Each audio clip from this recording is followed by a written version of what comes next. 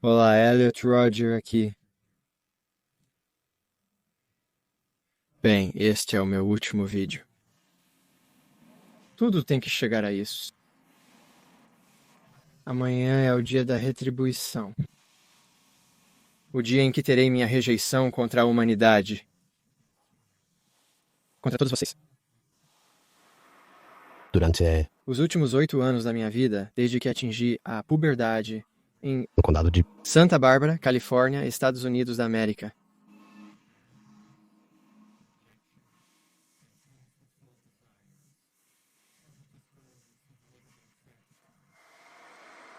No condado de Santa Bárbara, isso na Califórnia, nos Estados Unidos, habitam principalmente estudantes universitários. Aqui, vivem a sua juventude plenamente, frequentando festas, fazendo amigos, conhecendo o amor. Tudo isso enquanto estudam alguma profissão, claro, com o objetivo de serem pessoas bem-sucedidas ao se formarem em suas carreiras. Elliot Rogers tem todos os recursos para se encaixar e desfrutar desta vida privilegiada e seu futuro promissor, mas tem um grave problema em seu interior. Após se sentir injustamente rejeitado por anos por aqueles que o rodeiam, Elliot posta vídeos no YouTube vitimizando-se e expressando seu ódio pelas mulheres por não lhe darem atenção. O jovem delirante decidiria punir a humanidade em seu próprio dia de retribuição, conforme descrito em detalhes em seu manifesto escrito. Com facas e armas de fogo, Roger começa sua missão de aniquilar no dia 23 de maio do ano 2014 todos aqueles que cruzam seu caminho. Atravessa.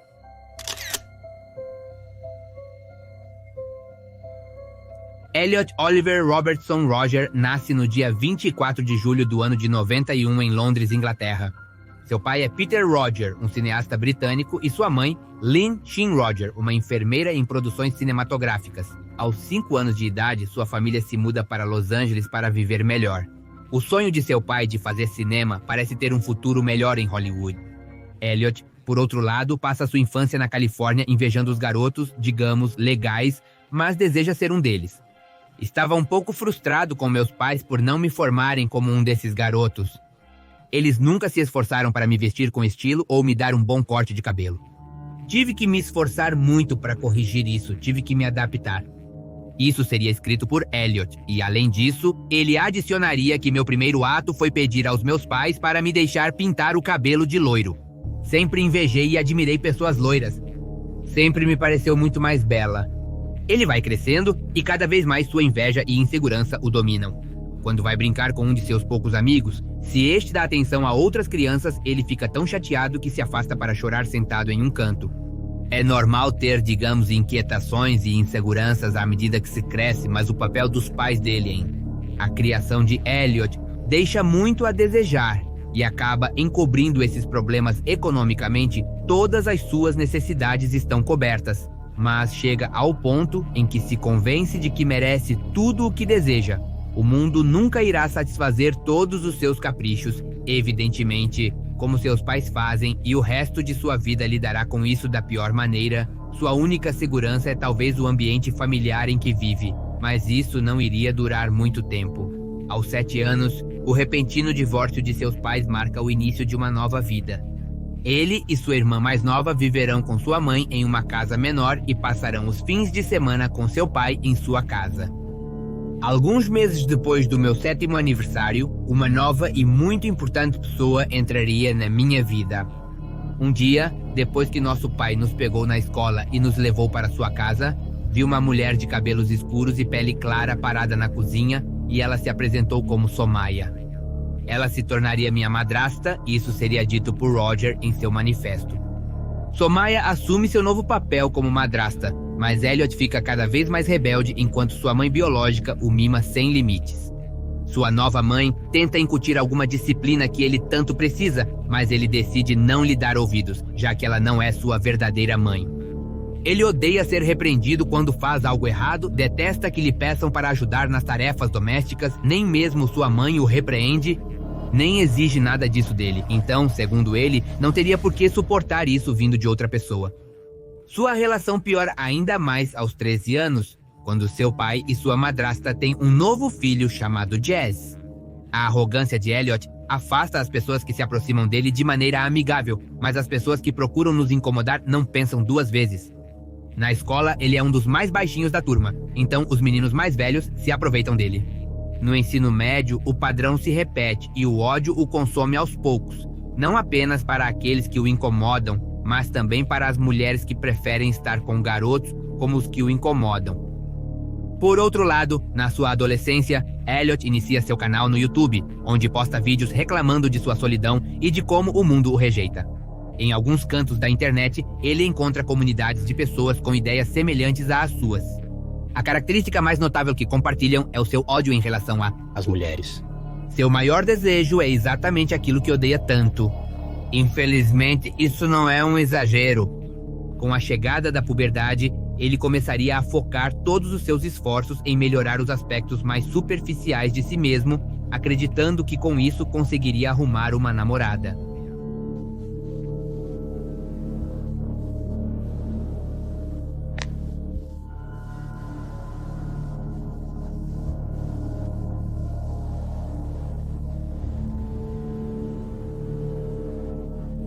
Ele supunha que ter uma bela namorada loira resolveria todos os seus problemas, mas Elliot era incapaz de dar o passo mais importante em sua busca por uma companheira, falar com ela.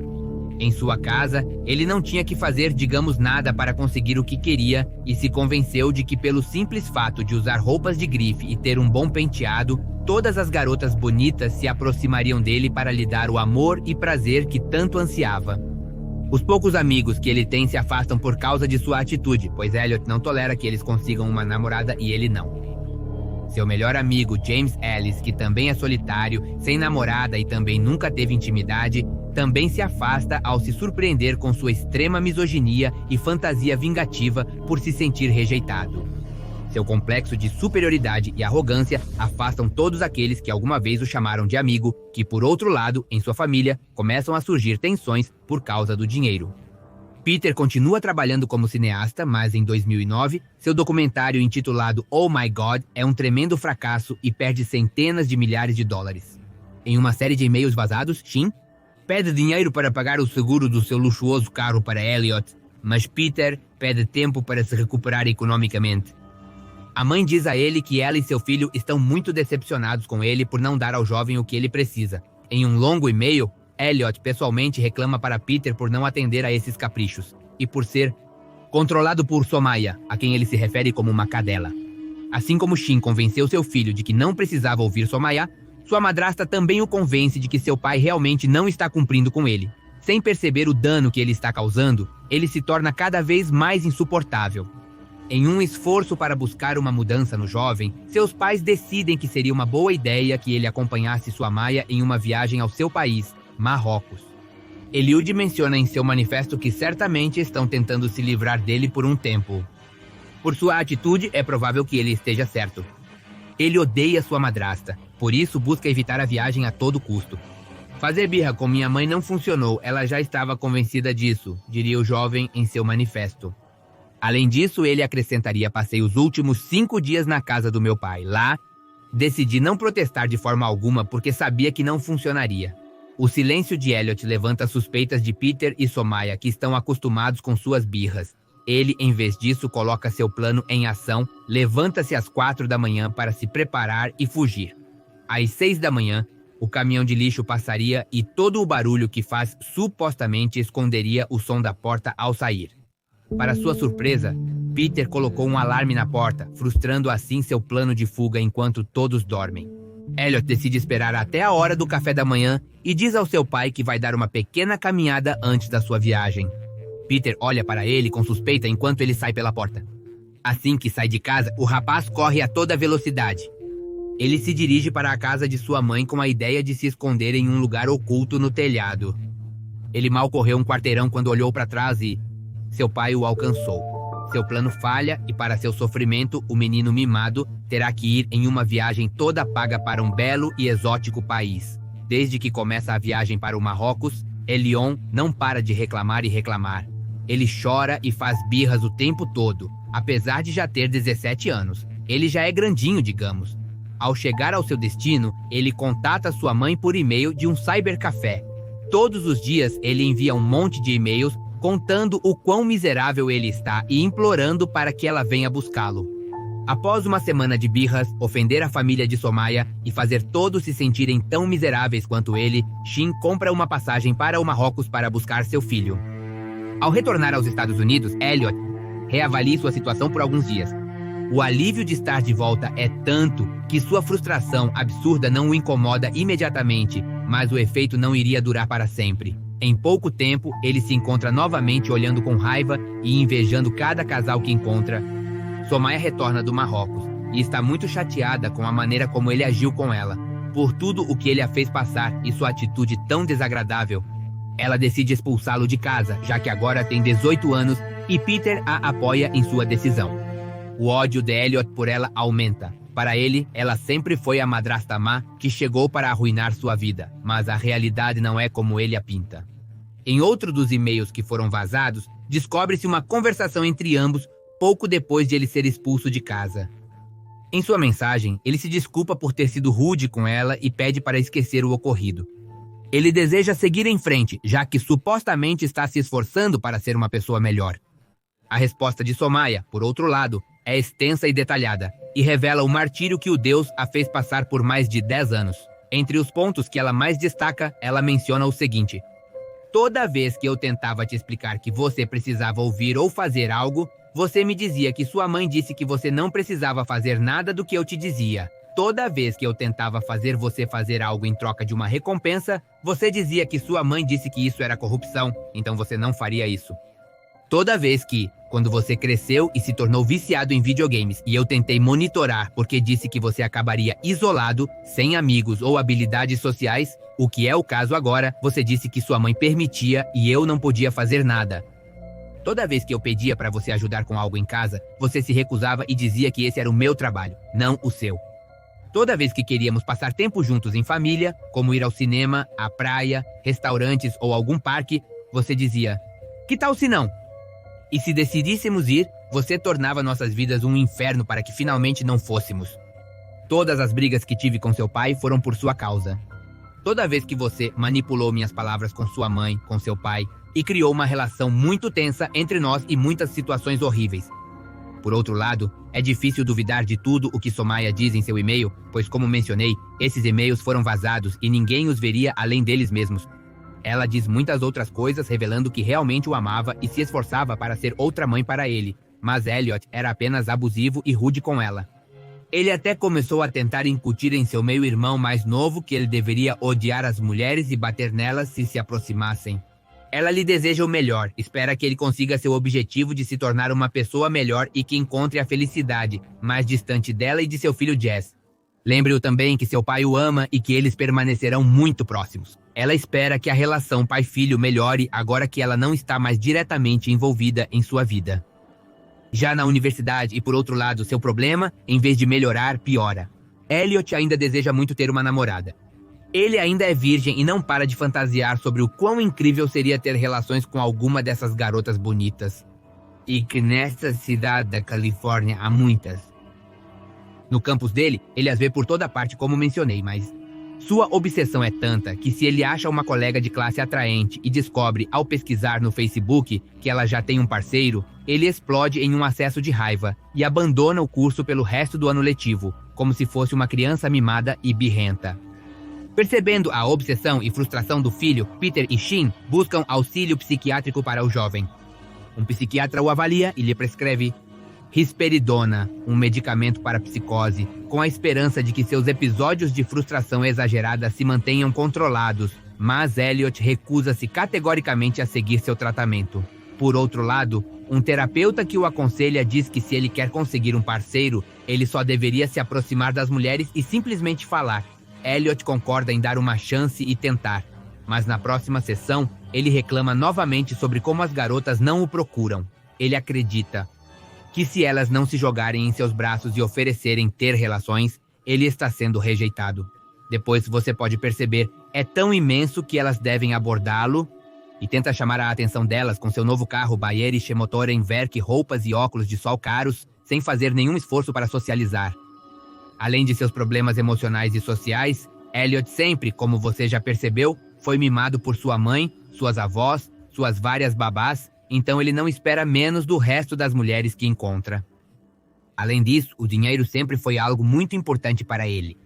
Sua roupa e seu carro dão a ele certo status. Ele sente que precisará de milhões de dólares para realmente realizar seus desejos, atrair mulheres. Depois de pensar e pensar sobre como poderia conseguir dinheiro rápido, ele decide, tolo, que a maneira mais adequada seria comprar bilhetes de loteria. Elliot gasta no total mais de $1.000 e, ao perder tudo, não aceita sua derrota. Ele também acredita que merece o prêmio e que o vencedor roubou seu dinheiro. O mesmo padrão se repete e se repite. Ele não para de pensar. Eu mereço ganhar na loteria. Eu mereço ter mulheres. Eu mereço qualquer coisa que deseje. Sua frustração o leva a um lugar muito escuro, e seu desejo de vingança vai crescendo e crescendo. Elliot faz um grande escândalo em seu quarto por ter perdido na loteria. Destrói sua cama, bebe uma garrafa inteira de vinho e acidentalmente derrama sobre seu laptop. Como era de se esperar, ele consegue convencer sua mãe a comprar um novo, dizendo que de repente parou de funcionar. Já na loja, ele tem que esperar algumas horas para que preparem seu pedido. Então ele decide ir a um campo de tiro que havia por perto. Com isso, a ideia de um massacre como vingança contra a humanidade. Pela rejeição que sente constantemente, cada vez é mais real e vai crescendo e crescendo. Na noite de 20 de julho de 2013, Elliot faz uma última tentativa de realizar seu desejo. Decidi sair em Isla Vista para tentar perder minha virgindade antes dos 22 anos. Era a única coisa que poderia me salvar.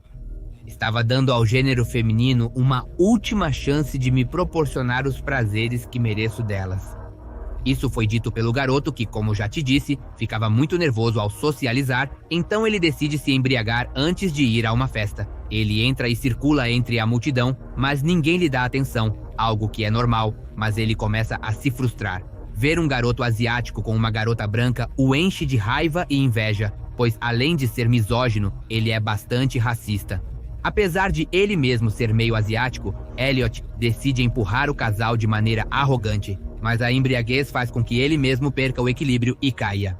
O casal gentilmente lhe diz que ele deveria beber água para diminuir o álcool em seu corpo, mas ele se sente ofendido e sai de lá. Do lado de fora da casa, ele se sente patético por estar sozinho, então decide subir em um terraço de madeira e observar muitos casais com inveja e desprezo. Ele começa a fazer gestos com as mãos como se estivesse atirando com uma pistola. Os jovens sobem e iniciam uma conversa com duas garotas, fazendo este rapaz ignorado, se sentir então furioso. Ele começa a insultá-los e tenta empurrar as mulheres por conversarem com esses rapazes e não com ele.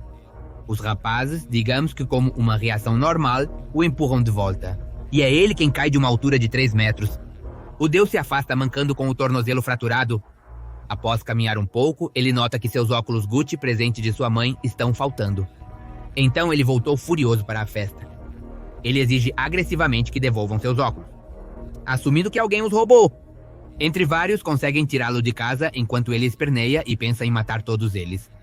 Durante a luta, ele consegue acertar um golpe em um dos garotos que o dominam, mas isso apenas faz com que eles lhe deem uma tremenda surra. Transeuntes se aproximam para interromper a briga. E é então que Elliot percebe que entrou na casa errada. A festa em que ele perdeu seus óculos é na casa ao lado. No seu 22º aniversário, ele não para de se lamentar e se sentir miserável. Não só ainda é virgem, como tem que andar de muletas até que seu tornozelo se cure. A essa altura, ele já havia esgotado sua última chance de mudar de ideia sobre o dia da retribuição. Em sua mente patética e perturbada, só restava o desejo de violência. Elliot compra 2 armas de fogo e não para de pensar nos últimos detalhes de seu plano de massacre. Ele ainda sobe vídeos no YouTube de vez em quando, onde expressa cada vez mais explicitamente sua frustração e ódio pelas mulheres. Uma noite, ele ouve alguém bater na porta de seu apartamento. Ao sair, ele se depara com oficiais de polícia que começam a questioná-lo. Ele não aguenta os nervos se os policiais entrarem em seu quarto e descobrirem seus planos escritos e suas armas. Sem dúvida, ele irá para a prisão. As perguntas dos oficiais são mais voltadas para garantir que o rapaz está bem, já que alguém viu seus vídeos se vitimizando e alertou que Elliot poderia se machucar. Ele afirma ser um mal-entendido e eles deixam seu apartamento sem demora. O dia da retribuição, infelizmente, continua bem. Seus planos para o massacre eram complicados, mas ele acreditava ter tudo resolvido. Primeiro, ele iria de carro até a casa de seu pai e sua madrasta, onde planejava tirar a vida dela e de seu meio-irmão, Jazz. Elliot não podia suportar a ideia de que seu irmão o superasse em algum sentido, e seu ódio pela madrasta não era segredo algum. O único problema é que ele não estava convencido de que poderia tirar a vida de seu pai. Então, tudo isso dependia de Peter sair em uma possível viagem de negócios. Depois, Elliot dirigiria de volta para Isla Vista na caminhonete de seu pai. Ele acabaria com seus colegas de quarto e usaria o apartamento para convidar estranhos e acabar com eles também. O próximo passo era acabar com a garota da Irmandade Alpha Phi, onde estavam as mulheres mais bonitas do campus. Finalmente, ele voltaria para a caminhonete de seu pai, que ele preferia por ser mais letal quando decidisse atropelar pessoas inocentes. Ele sabia que teria que pagar caro pelas consequências de suas ações, então acabaria com sua vida tomando uma alta dose de Xanax e Vicodin e atirando em sua própria cabeça com 2 armas ao mesmo tempo. Eu sou o Lord Voyager, magnífico, glorioso, supremo, eminente, divino. Sou o mais próximo de um Deus vivo. A humanidade é uma espécie asquerosa, depravada e malvada. Meu propósito é punir todos eles. Eu purificarei o mundo de todo o mal nele. No dia da retribuição, verdadeiramente serei um Deus poderoso, punindo todos aqueles impuros e depravados. Ele escreve isso em seu manifesto, que conclui dizendo: eu não comecei esta guerra, eu não fui quem atacou primeiro, mas vou terminá-la atacando de volta. Vou punir a todos, e será lindo. Finalmente, depois de tudo, poderei mostrar ao mundo o meu verdadeiro valor. Já no dia 23 de maio de 2014, Elliot começa seu massacre, mas não como ele planejou. Os planos de viagem de negócios de seu pai foram cancelados no último minuto, salvando indiretamente a Somaya e Yas, pois ele não poderia assassinar seu próprio pai, então suas primeiras vítimas são seus colegas de quarto Hong e George Shen, além de um amigo deles, chamado Wei-Han Wang, que infelizmente são esfaqueados várias vezes antes de sair para continuar com seu massacre. Elliot sobe seu último vídeo no YouTube, no qual expressa abertamente seu ódio pelas mulheres e pelos homens que não merecem o prazer que elas lhe proporcionam. Elliot ameaça textualmente com uma aniquilação total.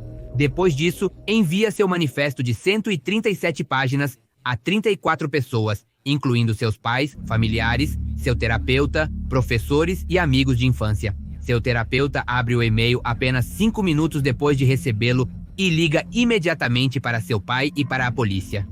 Ambos os pais, Peter e Shin, dirigem o mais rápido que podem de sua casa em Los Angeles até o campus de seu filho em Isla Vista, mas já é tarde demais. O assassino chega aos dormitórios da fraternidade Alpha Phi com a intenção de acabar com todas as belas garotas que estavam lá, mas por sorte ninguém abre a porta. Frustrado, Elliot volta para a rua e atira em 3 jovens mulheres que passavam por lá, infelizmente tirando as vidas de Catherine Cooper e Veronica Wise e ferindo Bianca Koch. Depois deste tiroteio, ele sobe em seu carro e dispara pela janela em direção a uma loja onde um estudante chamado Christopher Michaels morre. Policiais o veem fugindo da cena, mas não o reconhecem como o agressor. Roger continua com seu massacre atirando em alguns transeuntes, atropelando outros e dirigindo na direção oposta. Cada vez mais agentes da lei tentam neutralizá-lo, mas ele consegue novamente escapar ileso de um tiroteio com um oficial. Elliot continua dirigindo e atirando em inocentes quando novamente se envolve em um tiroteio, desta vez com 3 policiais. Ele escapa novamente, mas agora sangra profusamente de um tiro no quadril. As patrulhas o seguem de perto e, em sua tentativa de causar o maior dano possível durante seu massacre, ele atropela um ciclista chamado Kei-Shon, ferindo-o gravemente e bate em uma van. Finalmente, nada saiu como ele esperava e, como não pensa em enfrentar as consequências, não lhe resta outra saída senão tirar a própria vida. Elliot covardemente atira na própria cabeça e acaba com a sua vida depois de roubar o desejo de viver de 6 pessoas e ferir a 14 mais. Após o ataque, foram feitas homenagens para as inocentes vítimas deste assassino. As pessoas estavam assustadas e irritadas. O ataque de Elliot evidenciou muitos problemas sociais e das autoridades. Especificamente, a visita da polícia ao apartamento de Roger recebeu muita atenção da mídia por não dar seguimento ao caso desde aquele momento. Não deveria ser tão fácil para um jovem desequilibrado conseguir armas tão facilmente. a misoginia deste personagem não era um evento isolado. Suas ações apenas enfatizaram o sexismo que muitas mulheres sofrem todos os dias. Assim como Roger, existe uma grande comunidade de homens na internet denominados como incel por praticarem celibato involuntário.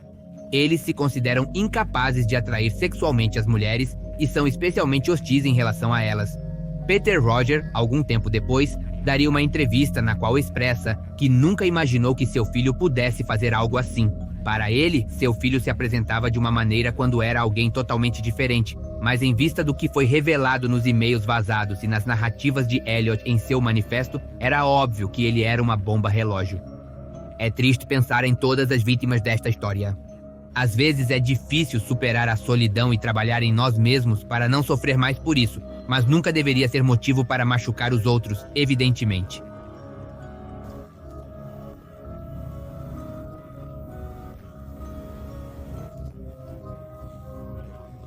Se você gostou deste vídeo, siga-me nas redes sociais, não esqueça.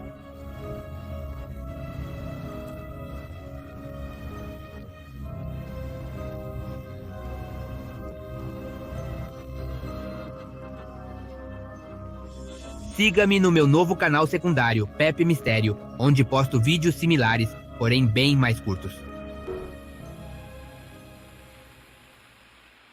Obrigado.